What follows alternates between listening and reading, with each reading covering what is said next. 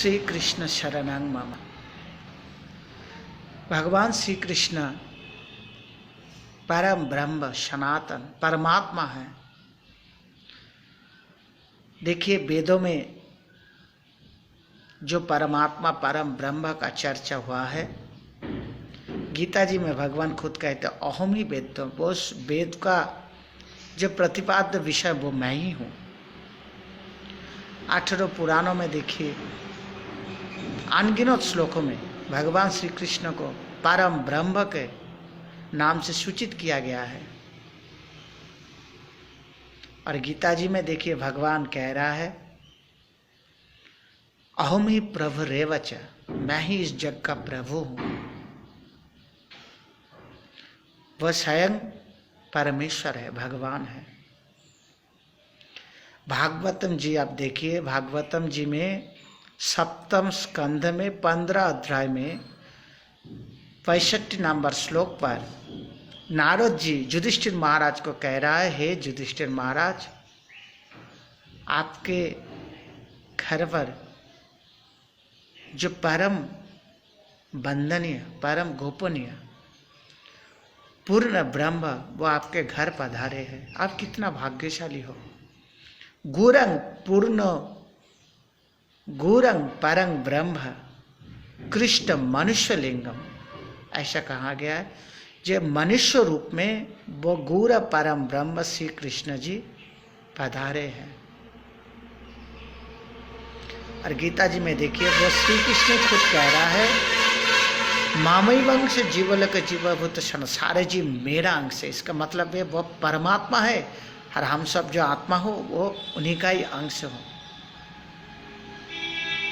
इसलिए ब्रह्मा जी कहता है गोविंदम आदि पुरुषम तमहं भजामि। हे गोविंद आप आदि पुरुष हो, देवा नाम ही आदि ही। गीता में भगवान भी खुद कह रहा है सारे देवों का भी मैं आदि हूँ, क्योंकि मैं सबका सृष्टि करने वाला हूँ, सृजन करने वाला हूँ।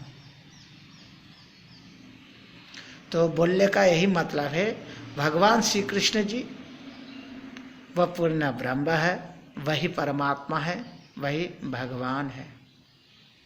चाहे आप जिस दृष्टि में देखो, जैसे भी समझो, हमें बस उस भगवान श्री कृष्ण के शरण में जाना है। इसलिए द्वापर के अंत में भगवान गीता के उपदेश दिया और जिसमें एक चरम बात कही है, सर्वधर्मन परित्याज्य माम एकम शरणं व्रज। सब छोड़ के केवल मेरे शरण में आ जाओ। देखिए सब छोड़ के भगवान विश्व रूप में देखा दिया कि सारे अवतार वो खुद ही है।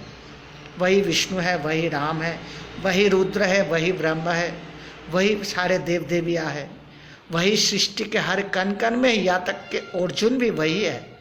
मतलब सारे सृष्टियों का वही एकमात्र आधार है। वही श्री कृष्ण कहता है मामेकम शरणं व्रज। सब छोड़ के केवल मेरे शरण में आ जाओ। देखिए सारे अवतार तो वह कृष्ण ही है, सारे देव देवियाँ वह भी श्री कृष्ण ही है।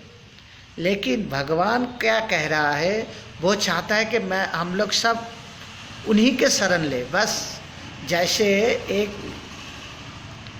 स्त्री अपने पति का ही शरण लेता है, उपपति नहीं रहता, इसी तरह हम सबके लिए भगवान कह रहे हैं केवल मेरे शरण में आ जाओ। ये बात सोचने की बात है। अगर हम लोग पूर्ण शरणागति से अगर श्री कृष्ण के चरणों में खुद को समर्पण करता हूँ तो भगवान कहते हैं और तुम्हें कोई चिंता करने की जरूरत नहीं है। योगक्षेमं वहाम्यहम्, आपका सारे योगक्षेम मैं वहन करूँगा। आपका मुक्ति मोक्ष परम गति देने वाला मैं ही हूँ। आपको चिंता करने की कोई ज़रूरत नहीं है। हमें बस उसके शरण में खुद को सरेंडर करना है। देखिए बहुत सारे कृष्ण भक्त इस बात को समझ नहीं सकते कि गीता में भगवान क्या चाह रहा है, वो क्या आशा कर रहे हैं हम सबसे कि हम सब लोग उन्हीं के शरण में आ जाए। बस केवल उन्हीं का शरण ले। माम एकम, एकमात्र उन्हीं का ही शरण ले। लेकिन बहुत सारे भक्त इस बात को समझ नहीं सकते। देखिए बहुत सारे भक्त हैं जो देव देवियों का शरण लेते हैं। कृष्ण भक्त कहता है फिर भी देव देवियों के पास कहता है रक्षति माम देवीं चैतन्य दायिनी, ऐसा श्लोक में स्तुति करता है। बहुत सारे भक्त हैं जो भगवान की बहुत सारे अवतार का स्तुति करते हैं। नृसिंह मादिम शरणं प्रपद्ये, कीर्तन में हर रोज कीर्तन करता है, हे नृसिंहदेव आप मुझे शरणागति दो। वो समझ नहीं सकते कि कृष्ण क्या कहा है गीता जी में, केवल मेरे शरण में आ जाओ। ये बहुत सोचने की बात है। अगर हम लोग कृष्ण जी के शरण में आ जाए, उनके चरणों में खुद को समर्पण कर दे, तो यही हमारा साधना है। भगवान कहते हैं बस समर्पण कर दो। देखिए बच्चे जब पिताओं के पास, अपने मम्मी के पास खुद को पूर्ण रूप से शरण करता है, सरेंडर करता है, और बच्चे का हर तरीका से वो पिता माता ख्याल रखता है। लेकिन जो पिता माता के ऊपर डिपेंडेंट नहीं है, उसको पिता माता भी उतना हर ज़रूरत का ख्याल नहीं रखता, ध्यान नहीं रखता। क्योंकि शरणागति ऐसा ही चीज़ है। भगवान कह रहा है मेरे शरण में आ जाओ बच्चों के तरह, आपका सारा दायित्व तो मेरा है। इसलिए जो भक्त लोग है, कृष्ण भक्त, वो गीत करते श्री कृष्ण शरणं मम, हे कृष्ण हमें शरणागति दो। हमें भी इसी बात को समझना चाहिए कि कृष्ण जी कह रहा है मामेकम शरणं व्रज। और अगर हम कृष्ण जी का भक्त हूँ, अगर हमारा इष्ट देव, हमारा आराध्य देव श्री कृष्ण है, तो हमें बस उन्हीं के शरण में ही रहना है, उनके चरणों में पूरा के पूरा 100% शरणागति लेना चाहिए।